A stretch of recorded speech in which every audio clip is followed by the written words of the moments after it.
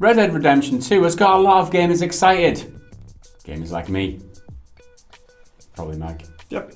The thing is, it's got a lot of analysts and business people excited as well. And Strauss Zelnick, well, he can't let that happen. Red Dead Redemption 2 is due to launch on PS4 and Xbox One on October the 26th, and of course will sell very, very well. But Strauss Zelnick, the CEO of Rockstar's parent company Take-Two, is keen to temper expectations a little bit. GamesIndustry.biz says that predictions for the game's sales success at launch rest at an oddly conservative 15 million, which is roughly how many copies the original game sold. One thing's for sure though, the upcoming Western-themed open world title is not expected to sell as well as Grand Theft Auto 5, a game which is now approaching 100 million units sold, making it one of the most popular games of all time. Nevertheless, Red Dead Redemption 2 is expected to be the biggest release of this year by some distance, even sending other AAA titans like Call of Duty fleeing away from it in the release schedule. And according to Strauss Zelnick, they're not the only ones fleeing from Red Dead Redemption 2. Quote, "We're running scared too. I think a healthy degree of paranoia and insecurity about releases is probably a good thing. We don't believe in our success until we deliver it. We never claim victory until it's occurred." Zelnick was speaking to GamesIndustry.biz when he made those remarks, adding that clearly Red Dead will do well, but it's tough to say how well. It will be a big success, but it's a question of how big. Kind of claiming victory a little bit. Yeah, you could say before it's occurred. Yeah, you could say that. Yeah. A little bit. The big problem for Take-Two and Rockstar is that GTA 5 is one of the biggest games of all time. So how do you follow that? Here's Strauss again, quote, "It's hard to expect anything to perform as well as the most profitable entertainment product of all time." Just leaving that one there, you know, just throwing that in. Little humble brag. I don't think that's a realistic expectation. Our hope and also belief is that Red Dead Redemption 2 will be an extraordinary creative product and that it will do incredibly well. Beyond that, I can't say. I don't think anyone can say. I feel like, yeah, he's trying to temper people's expectations, as in on the business side. But he's trying to get people excited at the same time. It feels like he's in conflict with himself here. He says, "Oh yeah, we don't want to be too excited about it, but it's going to do really well. You know, it's not going to do as well as GTA 5, but it's going to be an extremely big success." Yeah, it's a very awkward, difficult tone to strike. You don't want too high expectations because you know everyone knows inside that company that GTA was just like a phenomenon, like a one-off, because GTA Online and stuff, and they did it in a particular way, releasing it multiple, you know.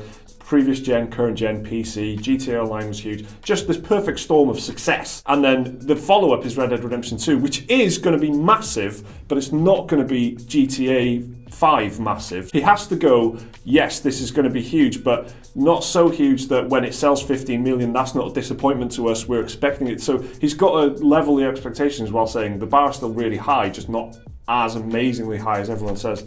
It's a weird one. On the topic of microtransactions inside Red Dead Redemption 2, Zelnick acknowledged that, quotes, "There is noise around the topic, obviously, but he did insist the company had very little at our shop, not zero, but very little." He suggests that the company's strategy of making great entertainment experiences and only after that going for monetization in a judicious way has helped them out. Quote, "The problem is there are certain consumers who really do take the position that everything ought to be free, and that's obviously not realistic. We want to make sure that there is enough of an economy to support the very creatives who make the goods that entertain people. We don't think that's unreasonable, but our focus is on entertainment, not monetization." I think I'm going to buy that. I think I'm going to buy that they go entertainment first, monetization second. Yeah. They're one of the few companies that really put quality as part of their business model. If Red Dead Redemption 2 comes out and it's not higher than 90 on Metacritic, yeah.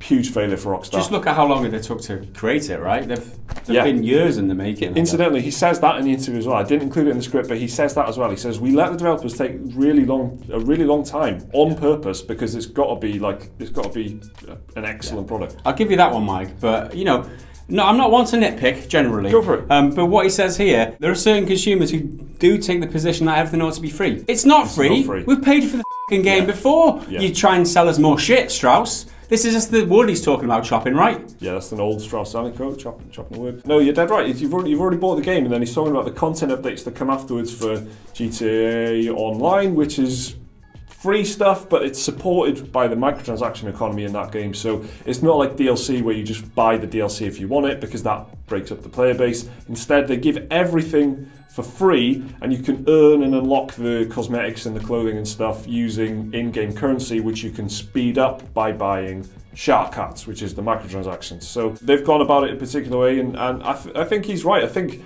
people aren't quick to turn to GTA Online for criticising the way the microtransactions work, because there are worse examples. And people focus on them. People focus on Star Wars Battlefront 2 and what that could have been, rather than what GTA Online is. So he's right to a certain degree, but yeah, you have bought the game for like... Don't, Strauss, to be honest, just don't make it out like we're getting it, that it's free. We've paid for the thing. I mean, it could evolve as well. They could look at the way that Fortnite is doing it and go for like a pass approach or something, and I think there's a lot of GTA Online players that do that, but you know, if it's working for them and no one's complaining about it, they'll just keep doing it, won't they? And in another bit of related news, Rockstar Games has confirmed that, shockingly, GTA 6 is not coming next year. GTA Online players have this week reported seeing an in-game pop-up announcing the next Grand Theft Auto will arrive in 2019. Players chucked screenshots of the message onto the Rockstar forums, reportedly seeing the message on PC, PS3 and Xbox 360, the only platforms that currently allow modding. Well, Rockstar were quick to shut down the rumours on social media, writing on Twitter, "This is a hoax made with the use of mods